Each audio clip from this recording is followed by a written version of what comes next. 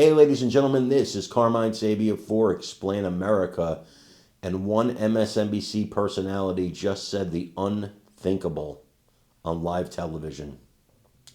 Before we get started, please make sure you like, comment, share, and subscribe.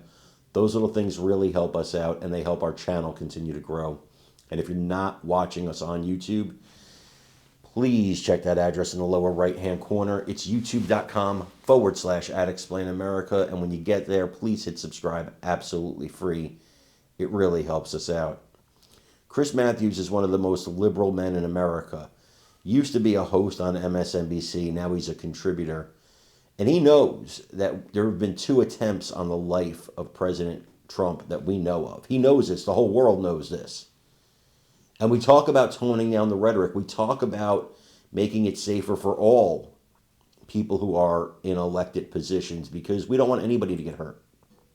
Republican, Democrat, Independent, doesn't really matter. The theme here is we don't want people to get hurt, right? I mean, I don't. But does Chris Matthews? They send out these little dog whistles. I'm not accusing Chris Matthews of this. But this is either him sending out a dog whistle for somebody to do something or just an incredibly horrific lack of judgment on the man's part. Because what he talks about in this clip, I can't say the words here, but what he talks about in this clip and the words he uses are sincerely dangerous, especially to a president who had 2 attempts on his life made already. I'm ashamed because honestly, I thought better of Chris Matthews than this. I want you to watch this video and let me know what you think in the comments. Well, there's a lot of rules out there about how to behave when you're losing. But, you know, the big problem is that Trump came in this second time, with a machine gun. And he fired so many shots. He said, first of all, the people that tried to kill Congress by attacking the U.S. Congress on January 6th, I'm going to pardon them all to let you know where I stand. I'm with them. That was a pretty clear statement. I'm with Article 2, not Article 1. I'm not with the Congress. I'm not looking out for you guys. And when it came time for advise and consent, which there's a whole book written about, and it was a big issue, the right of the Congress to say no to a cabinet appointment, he said, you're not going to do that because I'm going to shut you guys down. And he did.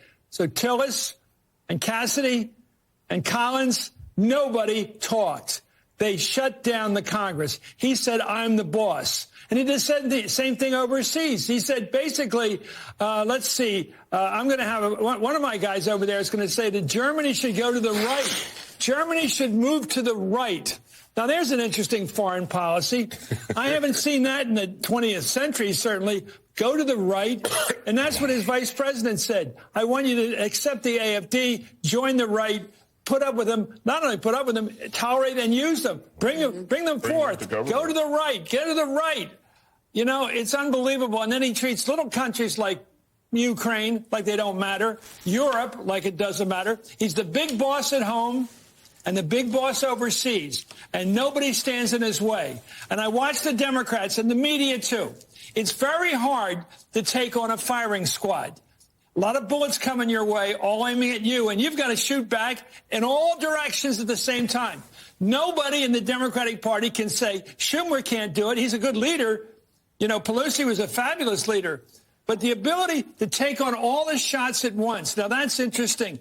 You know, Peter Baker can do it in the New York Times. You know, he's one of the few people who can actually lead a news story and talk about everything that's going on and attack back. Why can't a Democratic leader stand up and say, what I just said, this guy's taking down the Congress. He's taking down the rights of the American people. He's the big boss overseas and back here. The big boss. Listen to him. Do what he says. Nobody's saying that. Chris Murphy's trying. I keep waiting. Who's going to stand up? Who's going to take a shot back at this guy? Why isn't Cory Booker doing it? He's got all the talent in the world. I am a big Cory Booker fan. Do it, Cory. Do it. Where are you? None of those voices is